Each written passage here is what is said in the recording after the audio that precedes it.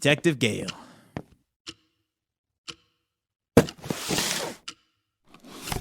Oh, thank God. Something besides ramen noodles. Oh. So let's see. Where'd we leave off? The society split, and so did those three. But it seems like they kept busy. There was the cult incident where Wes, I believe, gets cursed. Some tensions between Julie working for PETA and Wes working in some underground network. And the cast was on his own spiritual journey. Oh, and then there was the Dead Dragon incident with Marshmallow Man, the bank robbery, the skiff on the Stevenson Expressway, and the mass psychogenic sleep event. All were either the cause or involved these three. Jack, I gotta say, you keep saying these three are heroes, but from the picture you've painted, it seems like they've been the cause of most of the trouble. Hey, you wanted context, right? All you really need to know is that it was a rough year, 2020. They each faced difficulties that would scar even the most valiant-hearted. So, their execution was a little rough shot. For what it's worth, their actions still saved lives. All right, if you say so, Jack. So let's see here. Ah, yes. You and your co-conspirators create yet another secret organization. Tell me, Jack. Why? You were at the United Nations. You had the governmental influence. Why go underground again? You wouldn't understand. People weren't being taken care of. Baytonians were falling through the crack, and there is a real threat facing our world that you and everyone else here isn't taking seriously. Right. So real that even Wes wouldn't join? Or did he? Right. That's where we left off. I jumped the gun when it came to Wes. It wasn't my place, and honestly, I was still too close, too hurt from the situation to make that call. But the Society of the Weird and Terrifying came together once again to face the threats of the Outlands. It just took a little bit of convincing. The following is a Dungeons & Dragons podcast. Names, characters, businesses, places, and incidents are either products of the Dungeon Master's imagination or used in a fictitious manner. Any resemblances to actual persons living or dead or any actual events are purely coincidental. So sit back, relax, and enjoy the episode. You might be wondering how we got here.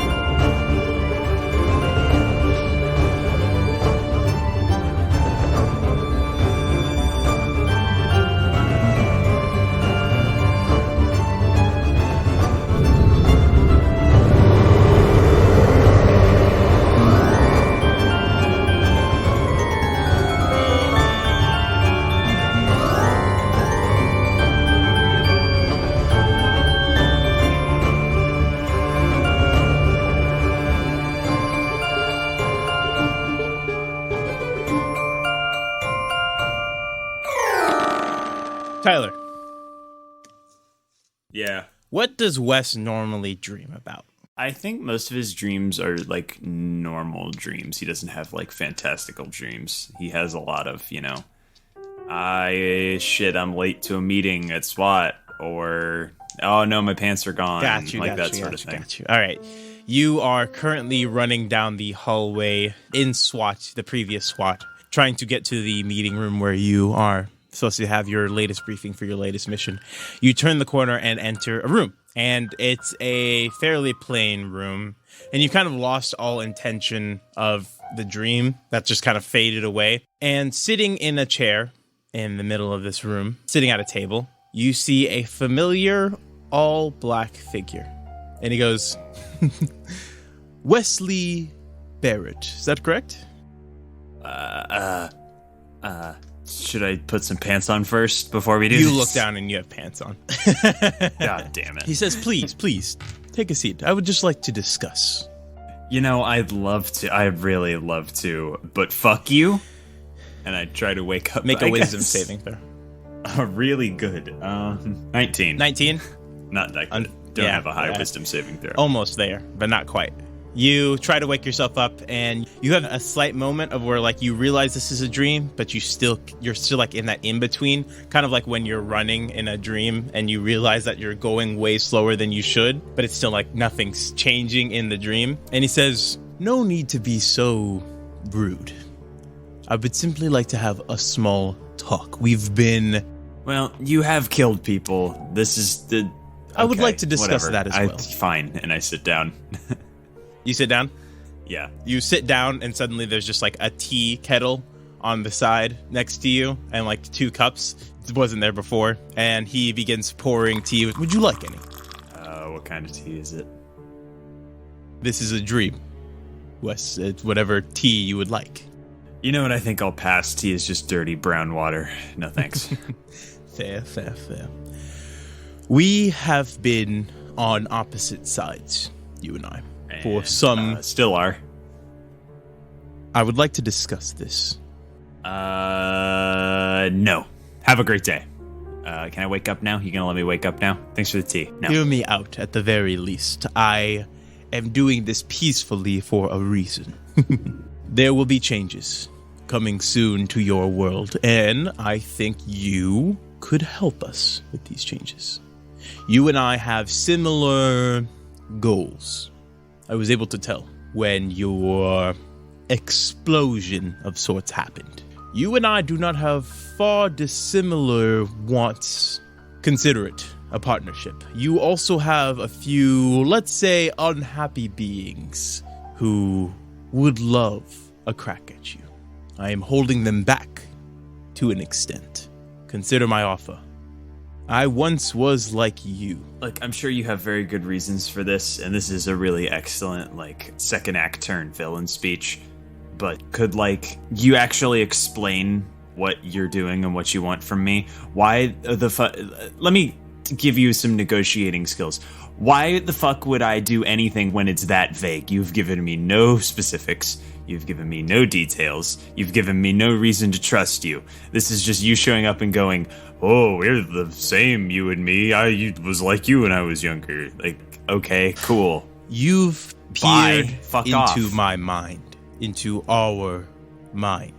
You know what we are. You know what we want. And we will have it. It's only a matter of time. Yeah, nope. Nah. Well, I can see that I won't convince you in one night. So, cool. Could you not convince me in any nights and stop invading my dreams? That'd be sick. I will give you one more chance to consider my offer. The next time, it may not be as nice. Got it. Let me think about it. No. All right, bye. Can I wake up now? I have stuff to do. You wake up. It's kind of later in the morning as you come to, and you hear a knock at the door. And it's a familiar knock. Who is it? Oh, well, that doesn't mean... Okay, I opened the door. You open the door. Actually, I checked the peephole first, too. It's Sarah If DiVerona. it's, you know. Okay, yeah. You open the door, unlocking all of your locks, and she walks in and goes, Wesley, how are you doing today? I've been better. You see that she has like another manila envelope in her hand, and she goes, Wes, I would like to talk to you about something. And she hands you the manila envelope. Hey, so I'm not gonna lie, I don't think I'm cut out for this whole, like, finding magical artifacts on my own sort of thing. I appreciate the offer. I just... She begins laughing. She goes, just open the letter if you wouldn't mind. I open it. You open it, and it is an invitation to dinner. Mm-hmm. She goes, I also do not think that you are particularly cut out to find these artifacts. I think the last one may have been a little bit of a tell. But I would like to thank you, personally, for all the work you have done and all the work you've done for, well, all of us. It's going to just be a small dinner, just me and my partners, and I would like to invite you and whoever else you would like to bring. I don't want to make it an awkward situation. Just a small dinner, but please feel free to bring whoever you would like. I can make as much as we need. And you see her contemplate for a moment, and she goes, I'll pick you up. How does that sound? You asking me on a date?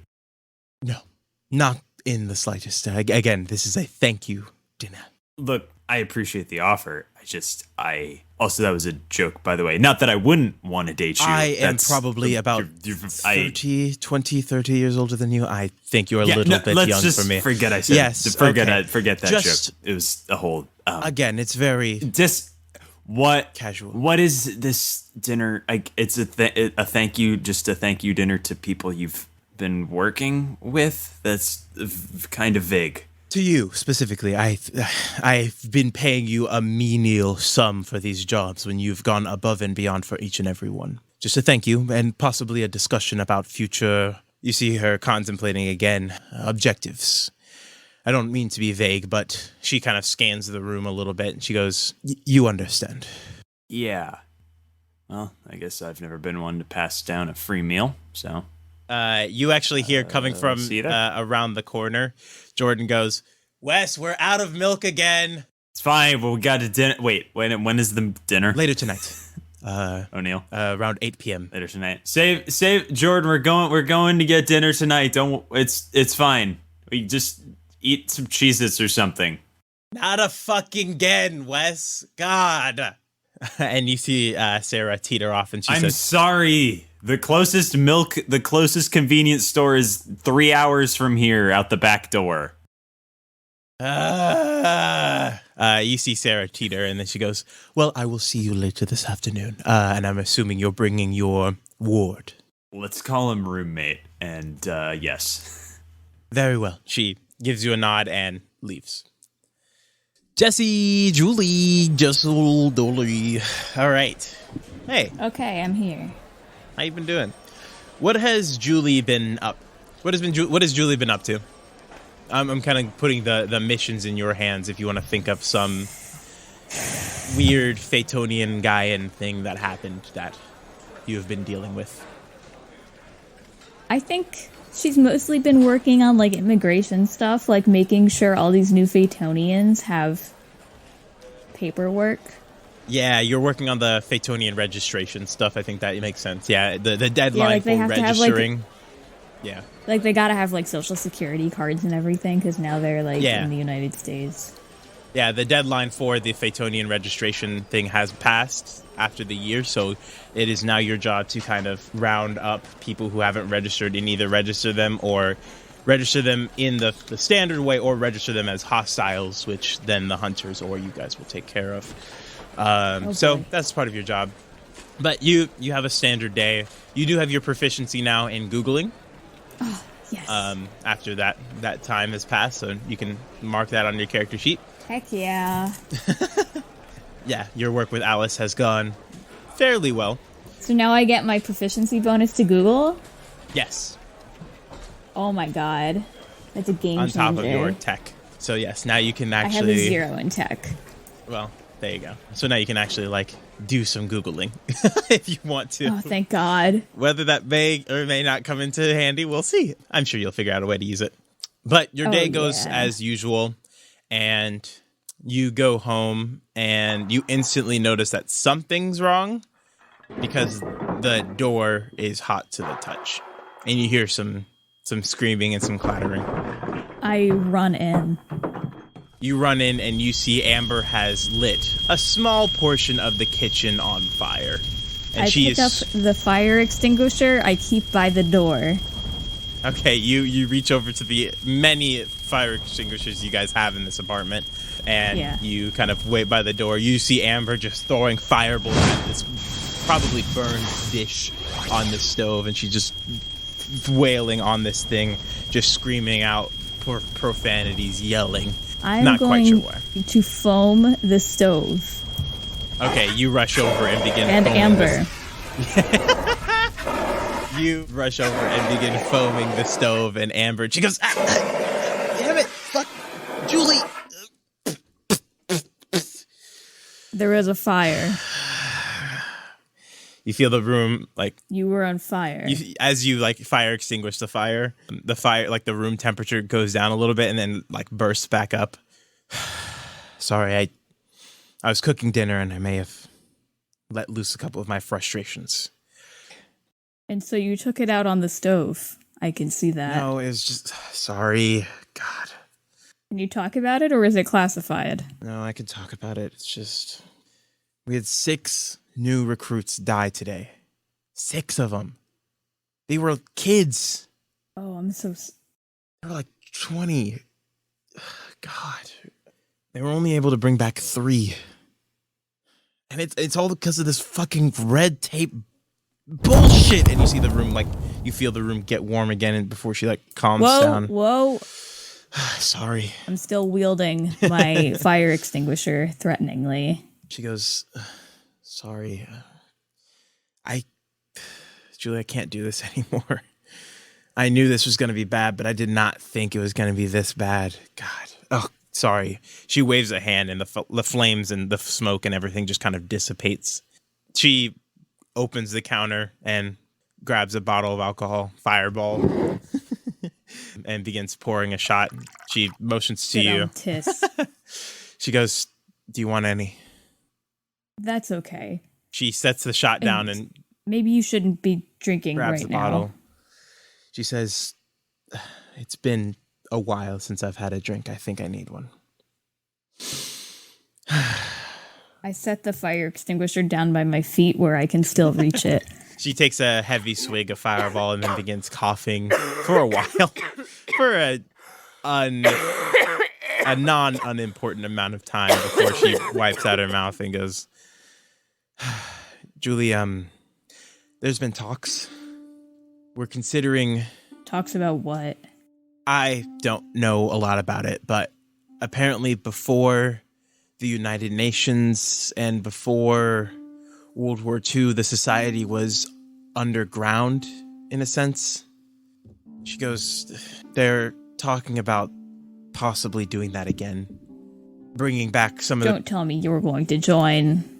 Julie, I just lost 6 20-year-olds who had their whole lives ahead of them, all because the United Nations wouldn't let me intervene because I was supposed to stay at my post. It's bullshit. I'm not going to stand up for this anymore. I'm not. We're going to work how we've always worked. Yes, it's a little bit freeform. Yes, it's a little bit unorganized, but we do what we need to do when we need to do it. And I'm not going to sit by and let people in suits and committees and boards decide what I need to do when I know what I need to do. I was the highest ranking evocation person in the society. I was able to make the decisions when I needed to make them, and I made them more or less as well as I could. But I'm not going to sit here and let my hands be tied anymore, Julie. It's not like people didn't die in SWAT. Yes, but we had safeguards. We had ways of bringing people back. We had ways of dealing with these. Besides your friend Cash, we hadn't lost someone in 20 years. Are you counting the first time Cash died? Because the second time it had only been like a few months. Yes, the first time. I don't know. I'm not saying you have to join, and I don't want to put your PETA position at risk, so if you don't want to, I understand, but we're having a meeting. If I don't, though, they'll find out. We just can't. Julie, there's some other information that's come to head, and I don't know if they've let you know, if they've made you privy to it, but there's something going on with the Outlands, and it's not good. What's going on? And that's classified, and I can't necessarily tell you much more. But if you want to know, We'll be divulging it at the council meeting. It's not great. If I join, I want to be a council chair. she kind of takes a moment and like looks at you and just kind of begins chuckling. She says, Julie, that is not something you want to do. Trust me on that. You don't want that.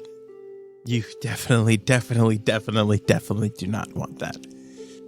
You can definitely be a senior ranking member for sure. And with all the work you guys did for the merge, there's no reason why you wouldn't have full agency, but you don't want to be on the council.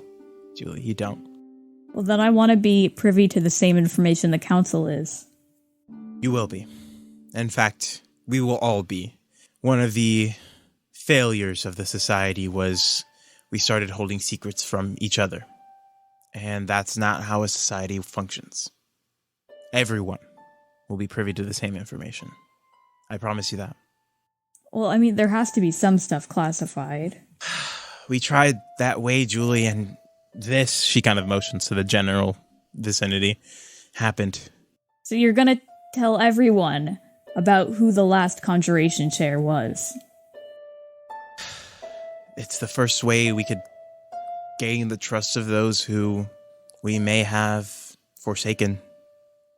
I'm not going to say that the previous society was perfect. In fact, it was far from it. But we need to learn from those mistakes and move on. I don't know if PETA will let me go. Oh, trust me, the United Nations isn't letting me go either. This is being completely done in secret. In fact, she motions towards the door, and you didn't notice at first, but there's like a strange little sigil. It looks like this eye almost, but has these like branches kind of going out from the eye.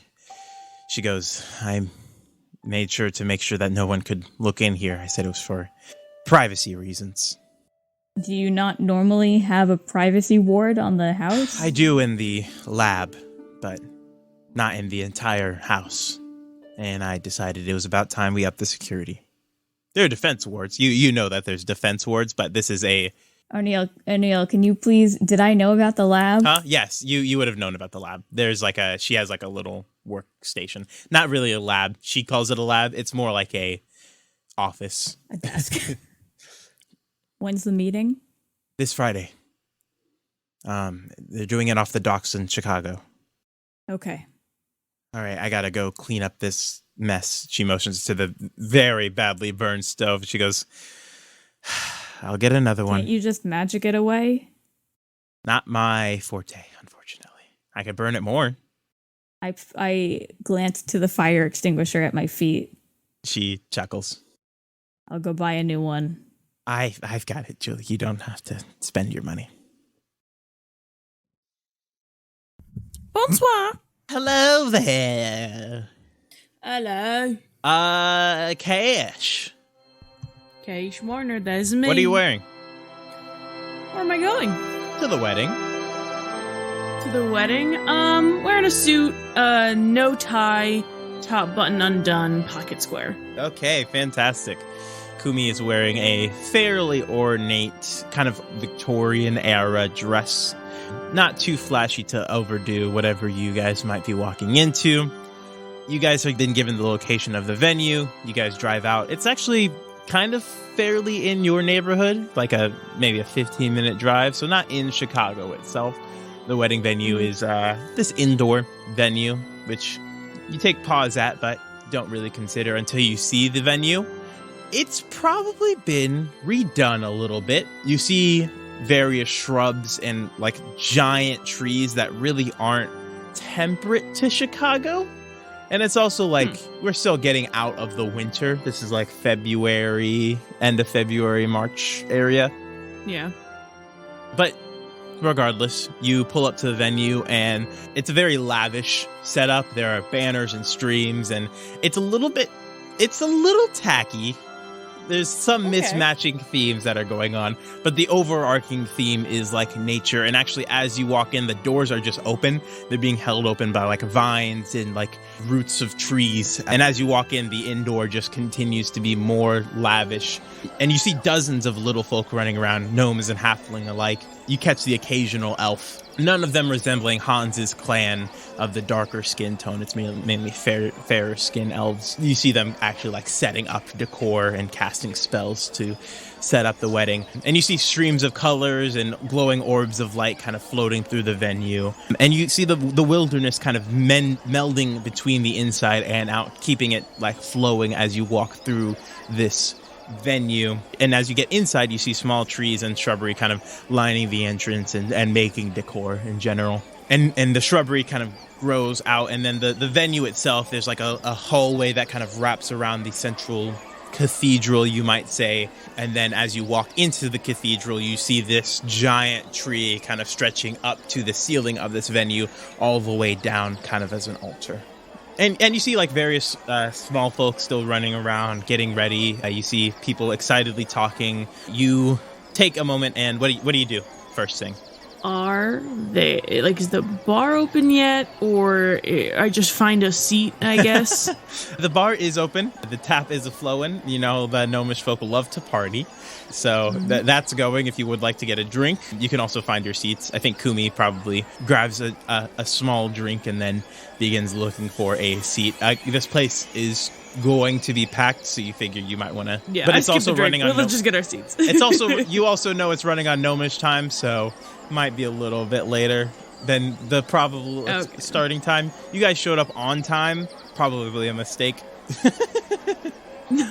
Great. But you and Kumi kind of find seats and just kind of you're watching the area, watching these little folk beginning to celebrate this beautiful union, and suddenly you feel a hand on your shoulder. Hello. You turn around and it is Guntar. Hey, Guntar! Kesh, good to see you. Good to see you too. Long time no see. Yes. He kind of does a little bit of a scratch at his chin. He goes, problem. What's up? He does a motion nod for you to follow. I'll be right back, Kumi. 1 sec. Yeah, no problem. She's just sipping and watching the festivities that are going on. Guntar kind of leads you around this kind of hallway area around the cathedral to this back portion room. And you see Guntar is wearing this kind of huge suit. Again, Guntar is like 7.5 feet tall. Huge man. So big. And like the suit is barely holding on at this point. You think if he breathes a little bit too deep, it's just gonna all fall apart. Yeah. Split, yeah. But he kind of leads you around the side of the venue to this back hallway area. You assume to be like a dressing room of some kind. And you see Hans on crouched down, just heaving, trying to catch a breath. Oh, Jesus. Hans, bud? Oh, God. I saw people. I don't know. Dude, you okay? He hasn't even acknowledged your presence yet. Hans, buddy, and I'm going to crouch down and just put a hand on his shoulder. Oh, God. Oh, Cash. Oh, Hans? God. Hans, what's up? You okay? Oh, God, Cash. There's so many people. There's so many of them, Cash. I don't know what to do. Oh, God. Hans, they're your friends. They're your and Greta's friends. Many of them, though. Oh, God. Cash, this is not how elves do it. Oh, God, Cash, I'm freaking out. I don't know what to do. Oh, God. Okay, first off, deep breath. Come on, just give me one. Okay, I know. It's very, very intimidating.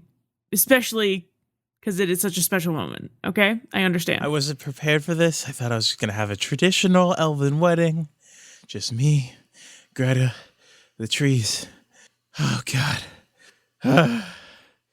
You see Guntar kind of creaking the door open, kind of peering out, like making sure no one comes back in here seeing this moment. Okay, so part of it is you have to respect Greta's family's traditions, yes? Yeah. This is now your family. I know. I love them very much. Oh, God. Hans, you can't fuck this up. I know. That's why you're getting married. I'm so nervous. I can barely keep my lines You in can't my make a head. mistake. I can barely keep my vowels down. Greta's great uncle Opie is here. Cash. Opie? Opie. Oh, I wouldn't know that. Never You mind. wouldn't know that. He goes, I don't know what to do. What? So is it you're nervous because there's a lot of people There's here? a lot of people, and I'm nervous, and my family, they didn't want to come because it's not in the traditional Elvish way. So, I mean, Well, that's bullshit. That's on my them. brother's coming, but oh God, I just don't want to fuck this up, Cash. You know, You can't fuck it I up. can though. What if I forget Everyone's my here vows? for What if I you. forget? You know, Whatever you say, because as soon as you get up to that altar, it's just going to be you and Greta. You're right.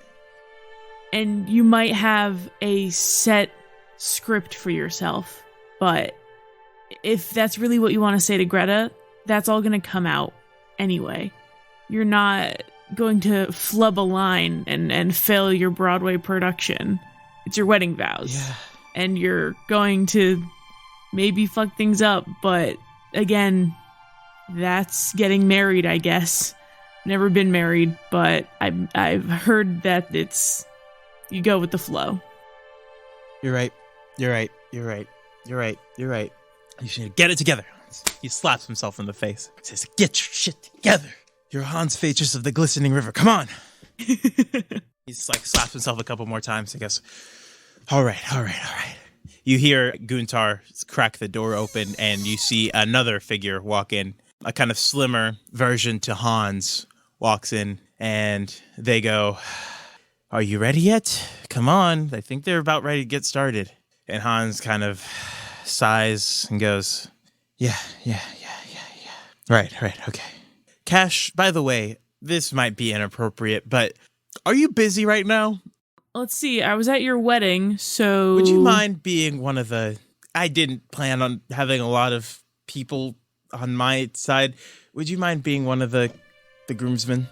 Oh, yeah, sure. I feel a little stupid without wearing a tie now. It's fine. But... I need to get dressed myself. You see, he has like on the side this like fairly ornate like a valet sort of station. Yeah, he has on. like this. You can see hanging up. There's like this leave-in suit with like it's very slim. It's like two essentially like bars of ivory that like wrap around each other to make a vest, and then a very like almost like a not a leotard but a kilt of leaves and vines that kind of go down. He says it's fairly informal. Don't worry about it.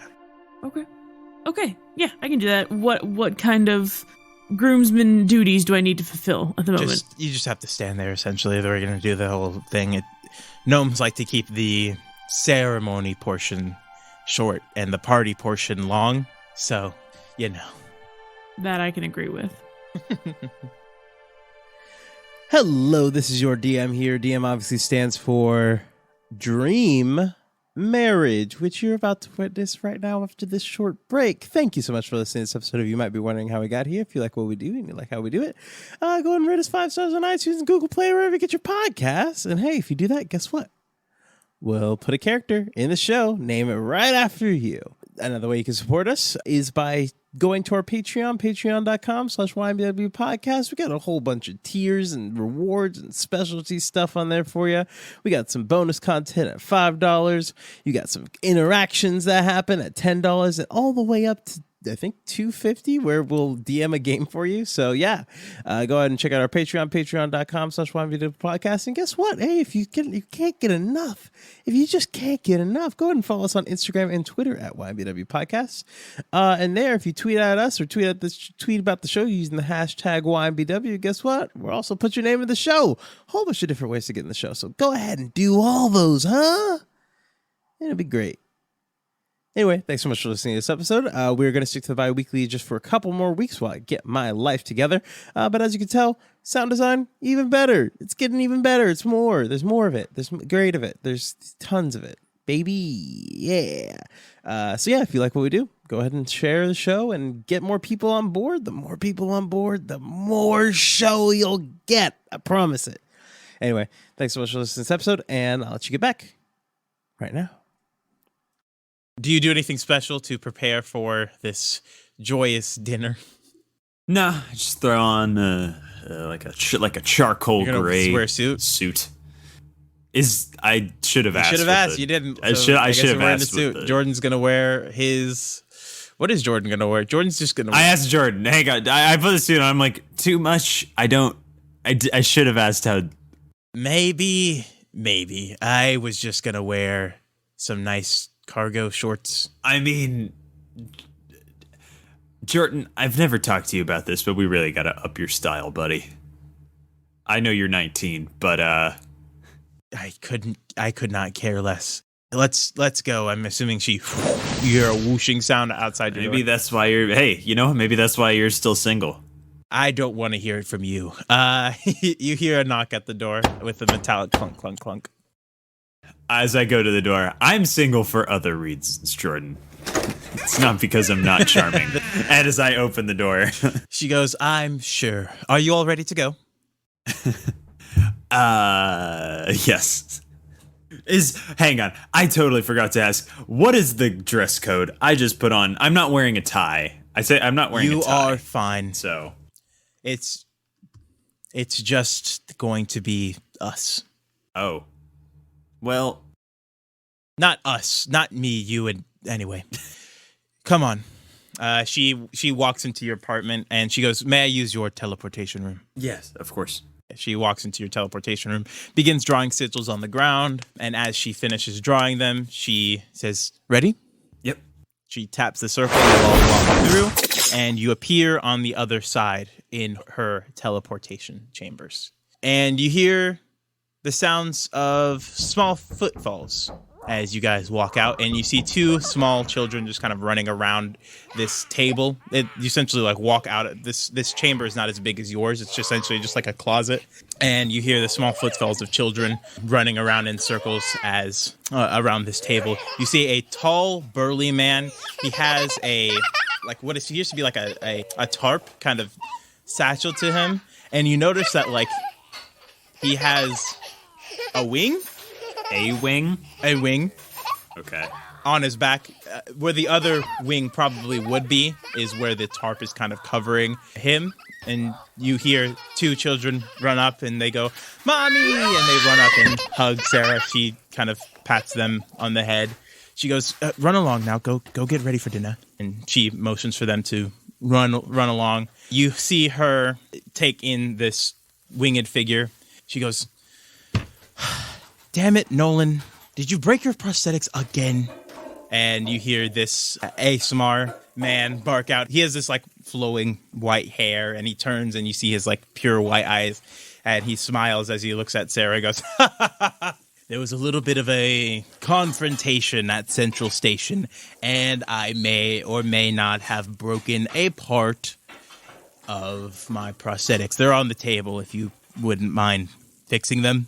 And you notice that like the table is set, but sitting on the corner is like this contraption. Think of it like Icarus, like an Icarus-like contraption of the wings, except for it's just a wing and an arm. And she just walks over and begins fiddling with that. How could you do this to me, O'Neill? Huh? You're making me meet new people in a person's home. I, Tyler, am anxious and am socially anxious right now. Fantastic. Great. Continue. And you see another woman, a very, very pregnant woman, younger than Sarah, kind of rolling out in this wheelchair. And she goes, I told him not to go. I told him we had something to do, but he insisted on going to fight whatever monster was down, said it was a calling, whatever, blah, blah, blah, blah, blah. You know the drill. And Sarah just lets out a chuckle and goes, Wes, Jordan, these are my partners. Nolan, not from this world, obviously, and Samar fallen living among us today. And Nolan kind of lets out another chuckle, goes, you always talk the best of me, Sarah, rolling his eyes. And she goes, this is my other partner, Whitney. She is the person who keeps the house while Nolan and I run off on our various adventures.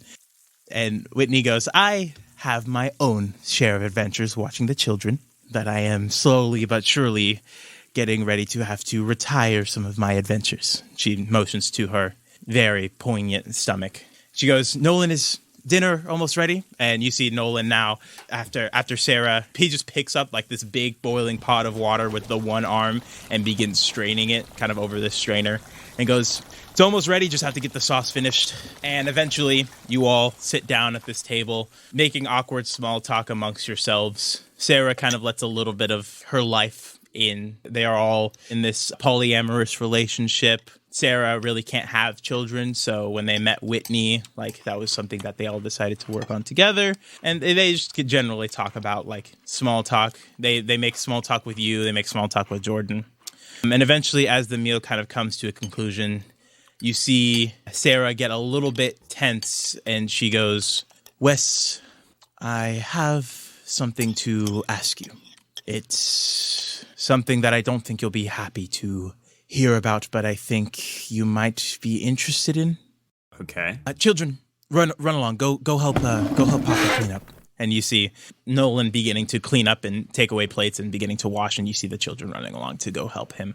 And you see Whitney pull up, and she actually like grabs this laptop from underneath and begins like typing away at something. You see Sarah go, Wes, there has been some developments in the latest world of the arcane. There is a clear and present danger to all of us, but the United Nations doesn't want to tackle it head on. Some of us have made the executive decision that we are going to tackle it ourselves. That means we have to go back underground. How familiar are you with the history of the society? You're bringing the society back? To its original form. No more red tape. No more lies. No more miscommunication. The society fell because we kept secrets from each other. We didn't tell each other the full stories. We didn't tell the people in our teams the full stories, and it fell. And it was our fault. But what threatens us now is far more powerful than anything we've faced before. Sarah, I'm pretty damn familiar with the history of the society. I know you. I know how it ended for them. I know how it ended for my entire family that was involved with them. Not one Barrett has made it out of the society intact. But I had a pretty weird fucking dream last night, and I have a feeling that I can't deal with it on my own. When do we start? If you're willing, I want to make sure that I guarantee you we'll be forefront. We'll be honest with whatever information we have, not that we have a lot. But she glances back to her children and to Whitney, and she goes, the world's in danger, Wesley, and you've saved it once. I'm asking you to help save it again. Jordan goes, I'm in. I mean, I'm not really doing anything anyway. Yeah, just eating all my fucking food. Hey, listen, that money's half mine anyway, and you went and blew most of it. So, are there gonna be like, are these meetings gonna be like catered? Oh yeah, by the way, Sarah, Chief, if SWAT needs an armory, I got you. Do we need that? we've been considering it. Just get back to me. We'll chat later. I am a little bit suspicious, but I think I can trace the dots as to where you may be going with that. Jordan, to your point, yes, the society will be having meetings. Our first one will be at the end of the week. Sarah, who else is involved right now? That's my only other question. I'm insofar as I'm willing to hear you out and come to the first meeting. I just who else will be there? The members we aren't disclosing. In fact, this is, as far as we can tell, very illegal and definitely against the Phaetonian and Paranormal Defense Agency Acts.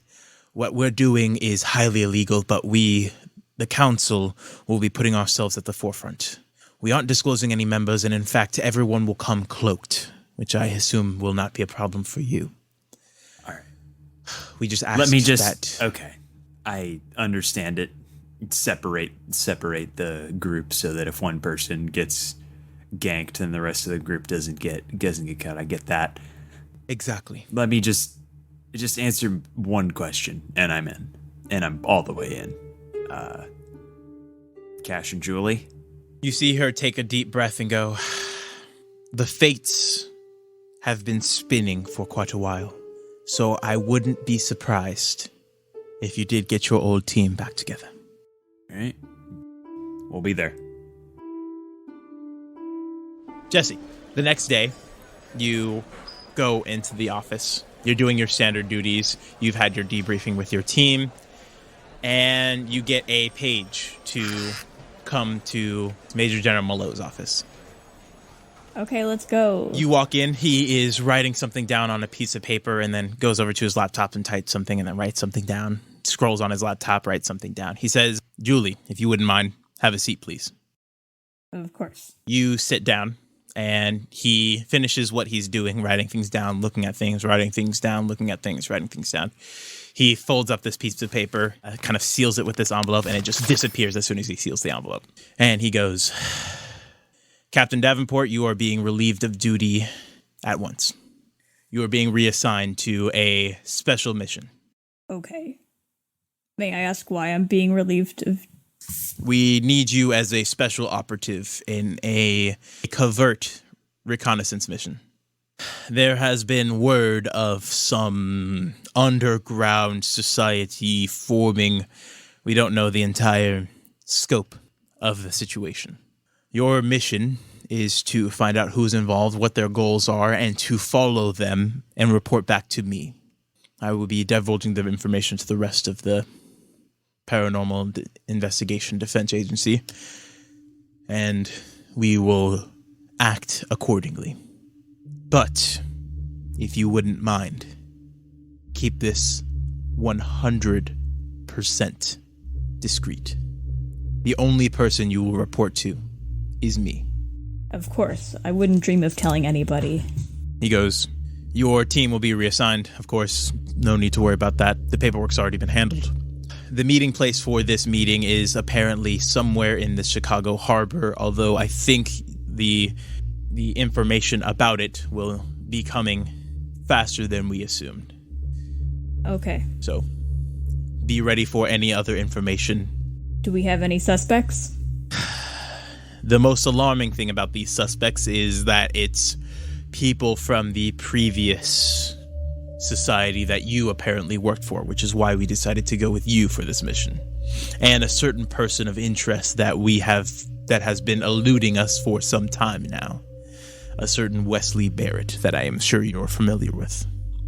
I am. Once we figure out the society's goals, Wesley Barrett will need to be apprehended and taken down, of course, as you know.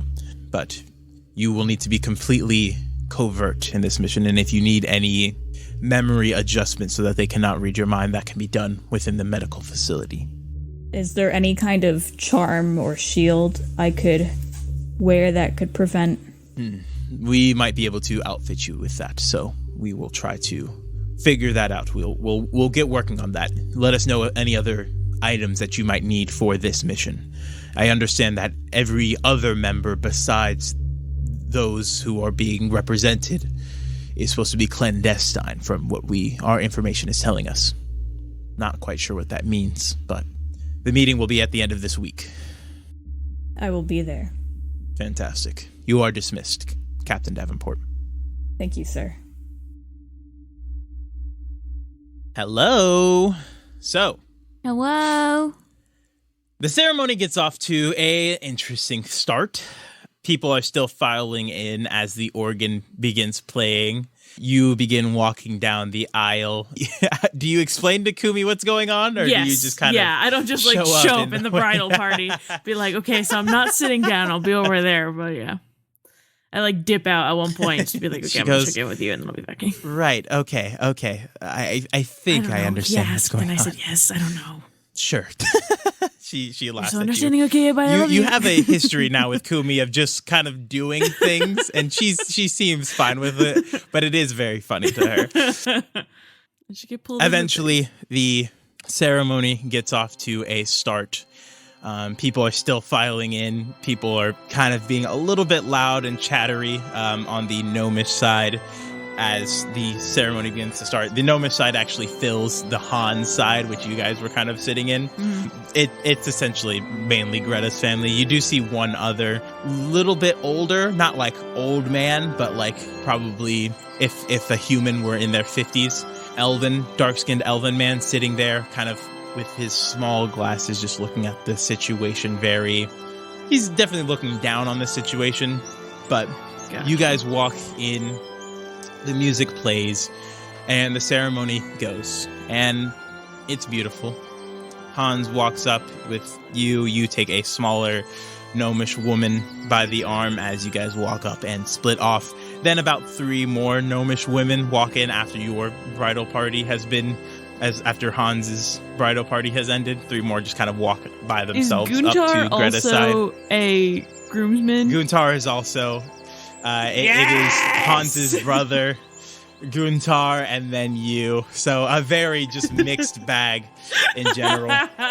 And then you see Hans. He walks up with his very tight leaven vest, exposing his center torso with his leaven kilt. And he has this like ring of golden leaves around his head that go behind his pointed ears. And he walks up, and then eventually you see Greta.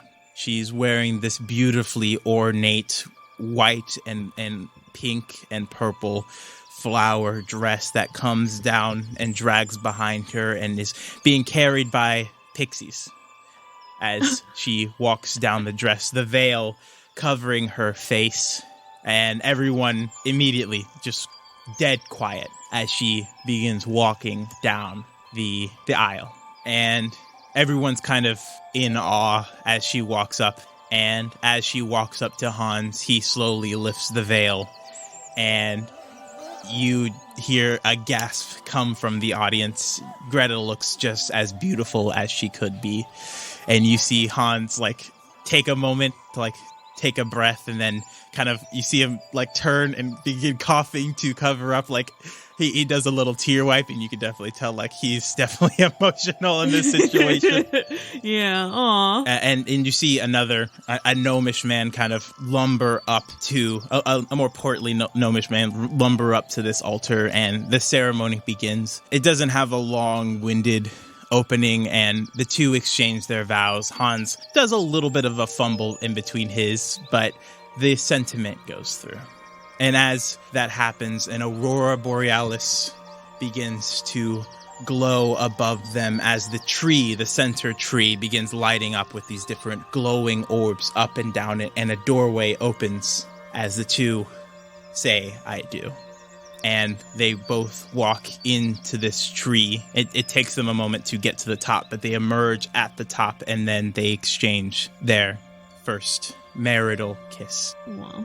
And the entire room lights up at this point. Gnomes hanging off the ceilings, jumping up and down. You see Hans's brother kind of pinches his nose and shake his head and laughing at the gnomish figures. You see Guntar wiping a couple tears away. He's been sobbing this entire time. Guntar! And this is the gnomes don't even wait for everyone to leave before the party starts. You hear a certain gnome that goes by the name of Jebediah begin playing this music as everyone begins leaving out, and the party gets off to a fantastic start. What do you and Kumi do? Because this is probably the wildest party you've ever been to.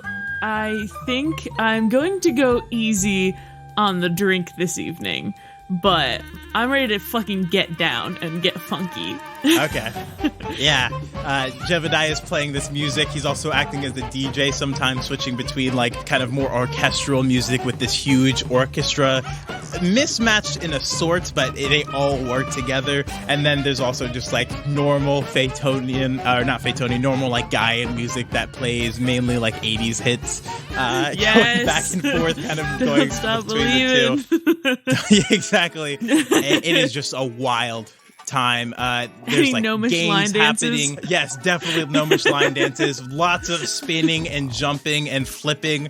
It's wild. It's a fantastic party. Kumi is actually off. She actually gets in a little bit of a gambling game and ends up cleaning out a whole bunch of gnomes. Nice. And you root her on kind of drunkenly. You've got the glow That's my girl. at this point. And she handily beats these gnomish folk who spit and curse, but everybody's having a great time. Hey. And the dancing continues far into the early morning light. And as like gnomish folk begin to eventually like pass out on the floor at this point, you figure most people probably won't leave this place. What do you do? At some point during the actual evening, before it gets like sloppy, I'll probably like stop and say hi to Greta and like all that stuff and just be like, oh, congrats, and yeah, she have a conversation. She goes up to you and like, yeah, she goes, thank you so much for coming. Hans didn't necessarily invite a ton of people, so thank you for coming to support him. Of course. Yeah. I want you to know that like all the SWAT stuff it's water under the bridge. Like, thank you so much for coming. Of course. It means the world to us and it means the world to him. So yeah, absolutely. Well, and at that point she gets pulled off and has to go talk to like 12 other gnomish people. You see her just take 3 shots just quickly off the bat before just pounding them down before she has to go talk to other people. It's a wild party. The cake, I didn't even describe the cake. It's this huge cake. It's like 10 feet tall and is like 17 different flavors. You could just tell that like whoever made this cake just decided, hey, fuck it, all of it. And it's like there's so many different portions to the cake, and the food is fantastic, and it's just like a wild party. But yes, as the night winds down, what would you like to do? You know, if there's like a little slow dance action, like if there's like slow dancing happening. You and Kumi kind of slowly dancing in the center. You see Hans and Greta also dancing kind of in the middle. Everyone's just kind of slowly coming down. You see Jebediah has passed out on the ground, and somebody else has his guitar and is trying to play, but not as good. But, you know, it gets the mood across. It all works. Thanks for coming with me to this. Yeah, of course. I wouldn't miss this for the world. I had a great time. Gnomes know how to party. Holy shit. Oh, wow. Wow.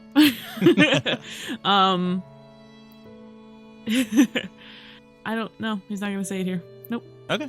You see Guntar tink on a glass, and he looks a little tipsy, but he's a big man, so it probably takes a little bit more for him to get gone. But you see him swaying a little bit, and he goes, a toast to friends, to loved ones, to love. And everyone who's still conscious kind of picks up a glass, even if it's not necessarily theirs, and goes, here, here, and everybody drinks. L'chaim. L'chaim. Eventually, the night kind of finally comes to a close, and you see various gnome and elven folk kind of beginning to pick up and clean up and repair some of the damages to the various structures in this building. Yeah. You see Hans and Greta have gone at this point, and it's just a few folk just kind of sitting around chatting, and Gutar and Hans's brother, who you haven't maybe learned his name yet, walk up to you. And Guntar goes, thanks for helping. Of course. Yeah, absolutely. 100%. Glad to do it. I'm Cash, by the way. Nice to meet you. Nice to meet you. My name's Vess. Is that Vess with 2 S's? 1 S. Is that Vess with you. 1? Oh, yeah. Yeah. Thanks for coming. It did mean the world to Hans. I know our dad ended up showing up finally, but no one else from the clan really does the whole wedding thing, so it really does mean a lot that you came. Of course. Yeah. Guntar does a little bit of a side scratch and goes, did you hear the news? What news in particular? He does a little bit of a look around, and then he kind of crouches down to you, and he kind of whispers in your ear, the society, we're getting back together. Oh. He does a nod and goes, I don't know if you've been offered yet, but I would come. Huh. Okay, I'll keep that in mind. He gives you a nod, and Vess goes, well, I have to go make sure that my brother didn't die, so I will be seeing you all off. Thanks again for coming. It really does mean a lot. Thanks, Vess. Nice meeting you. Nice to meet you, too. He does an elegant elven bow, and Guntar and Vess walk off. go to bow, but my head's a little foggy, so I'm like, oh god, okay. So this is as you far do as a I little can bit of a go. stumble. Kumi grabs you by like the collar of your shirt. She says, "Come on, you." And the two of you begin kind of making your way back. Later that night, you finally make it back to your home. Everyone else is asleep. And finally, you and Kumi kind of settle in for the night. And you have a dream. And the fog in your dream sort of clears. And you hear a familiar voice. Hello. Hi. I believe it is time for a new lesson. Okay. Am I drunk in my dream? Huh? Am I drunk No. in my dream? Okay, good. You're sober. I don't wasn't think you. sure what your laws, what mental state I enter these dreams into. That's fair. He goes, there will be developments coming to you in the future, and I think you need to prepare for them. You know how to use the spirit realm. Yes. It is time to teach you how to use it for others. Oh. And he begins talking you through this kind of, you're familiar with it in a sense because you've used it physically, but you've never figured out what it meant. And he begins describing like the spiritual connection everyone has. And you know it because you've used it. You've used it in fighting, this like connective aura between other life forms. And he begins describing you can mingle your energy, your spiritual energy with others. And that is the way that you could channel the spirit realm for others. So essentially, you can channel the spirit realm spell for another person. It just costs you a key point for each additional person you use the spirit realm spell. Okay, makes sense. And then he goes, there will be a challenge coming to you soon. Okay. I don't mean to. And then you wake up because there's a knock at your door. Your house door. What time is it?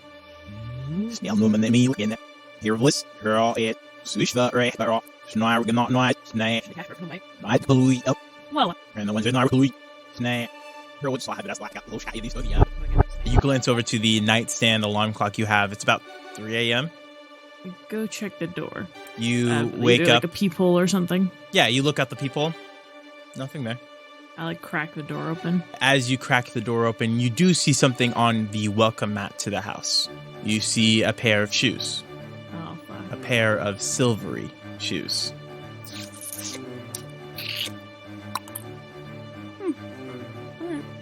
I pick this up. You know when you pick up shoes with your two fingers and the heels? Yep. Like that. Pick them up. Pick them up. Cool.